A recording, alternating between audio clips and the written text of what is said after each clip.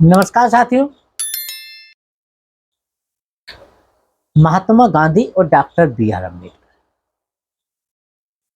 दोनों भारत के महान चिंतक, दोनों भारत के महान समाज सुधारक, लेकिन दोनों की विचारधाराओं में जमीन आसमान का अंतर है। दोनों के समाज सुधार के तरीके अलग अलग,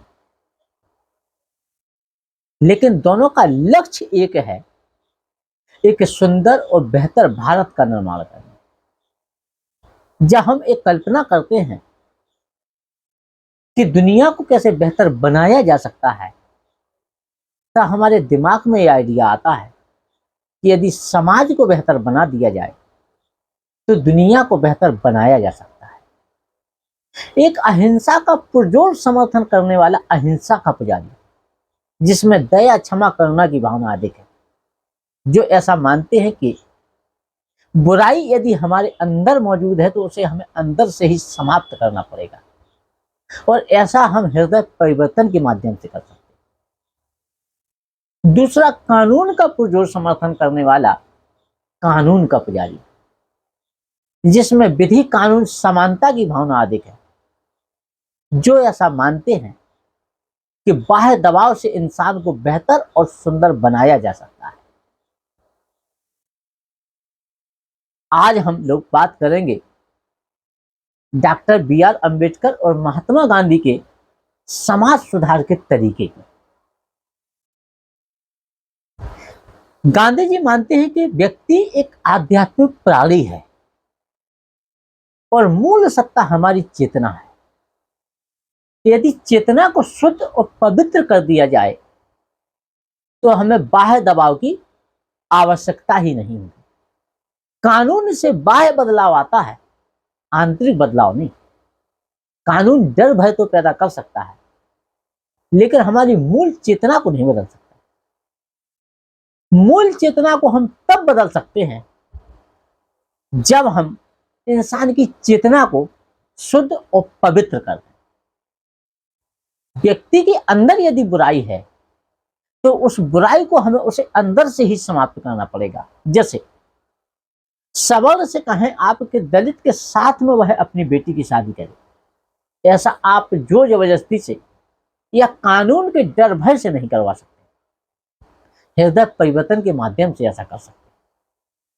समाज यदि अंदर से बीमार है तो हमें सुधार भी अंदर से ही करने पड़ेंगे। व्यक्ति के अंदर यदि बुराई मौजूद है तो हमें उस बुराई को समाप्त भी अंदर से ही करना पड़ेगा। जैसे सम्राट अशोक के बारे में कहा जाता है कि वह अपने शुरुआती समय में एक क्रूर और अत्याचारी शासक था, लेकिन कलिंग युद्ध के पश्चात उसने हिंसा का रास्ता त्याग करके अहिंसा का मार्ग अपना लिया। तो बुराई यदि अंदर है तो उसको हमें अंदर से ही समाप्त करना पड़ेगा। गांधी जी अस्पृश्यता को एक पाप मानते।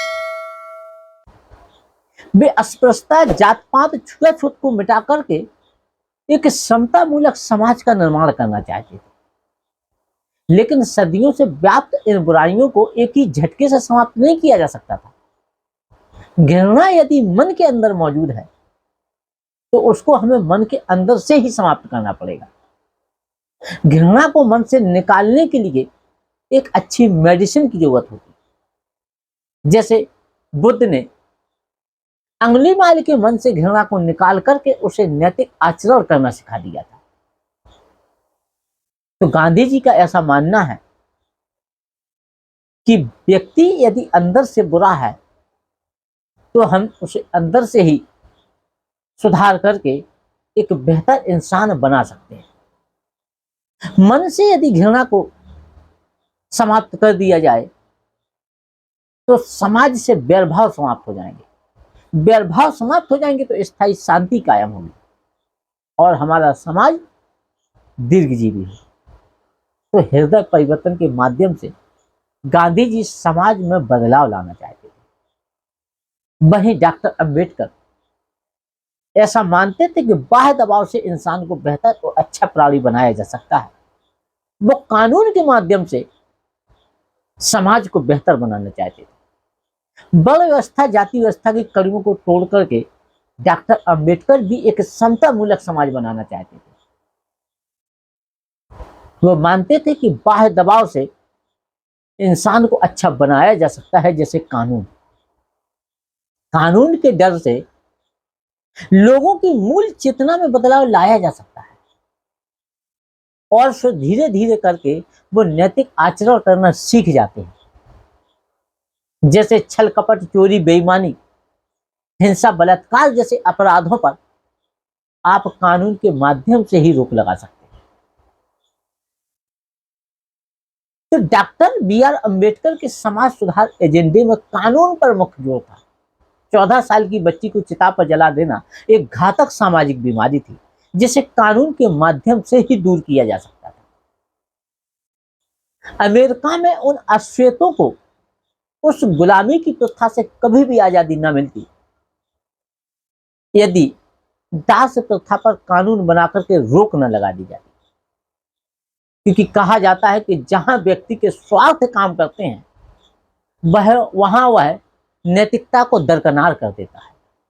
हिंसक और अन्यायी व्यक्ति को आप नैतिकता, सदाचार, हृदय परिवर्तन के माध्यम से अच्छा बना नहीं सकते। जैसे कि दुर्योधन। कृष्ण ने दुर्योधन के पास में कई प्रस्ताव भेजे, लेकिन वह तो शिव की नोक के बराबर भी भूमि देने को तैयार नहीं था। अब एक ही उपाय था उसके लिए, दंड। यदि दुर्योधन का हृदय परिवर्तन हो गया होता तो महाभारत रचने की जरूरत ही नहीं पड़ती।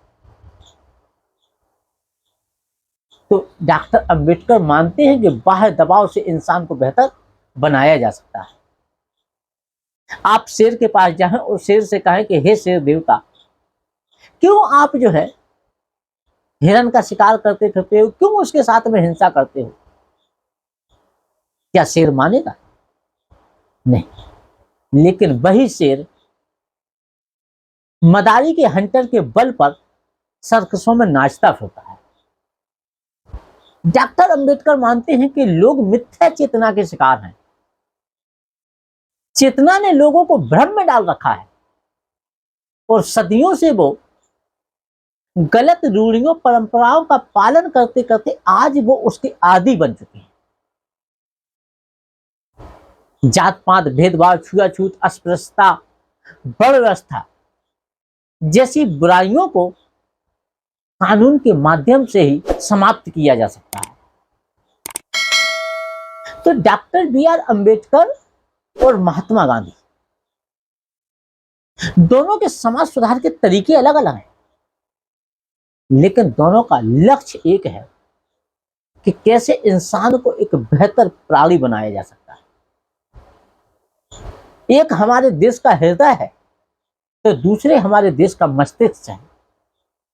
एक के अंदर दया, क्षमा, करुणा की भावना अधिक है तो दूसरे के अंदर विधि, कानून, समानता की भावना अधिक है। और हमें तो दोनों की जरूरत है। दोनों ही हमारे देश की थाती है।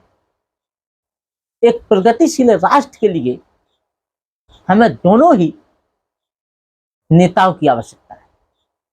लेकिन जो लोग गांधी और अंबेडकर को सही से जानते नहीं हैं, सही से समझते नहीं हैं, वो उनको गालियां देते थे। कहते हैं कि अधजल गगरी छलकत जाए। अधूरा ज्ञान बड़ा ही घातक होता है। आप शरीर को मार सकते हो, विचार को नहीं। गांधी अंबेडकर कोई शरीर नहीं है। गांधी अंबेडकर एक विचार है, विचार। तो गांधी और अंबेडकर दोनों ही एक बेहतर और प्रगतिशील राष्ट्र का निर्माण करना चाहते। दोनों के तरीके भले ही अलग अलग हो, दोनों की विचारधाराएं भले ही अलग अलग हो, लेकिन दोनों का लक्ष्य एक था कि कैसे इंसान को बेहतर प्राणी बनाया जा सकता है। आज के वीडियो में हमने थोड़ी सी बात की डॉक्टर बी आर अम्बेडकर और महात्मा गांधी। आज के लिए बस इतना ही। धन्यवाद।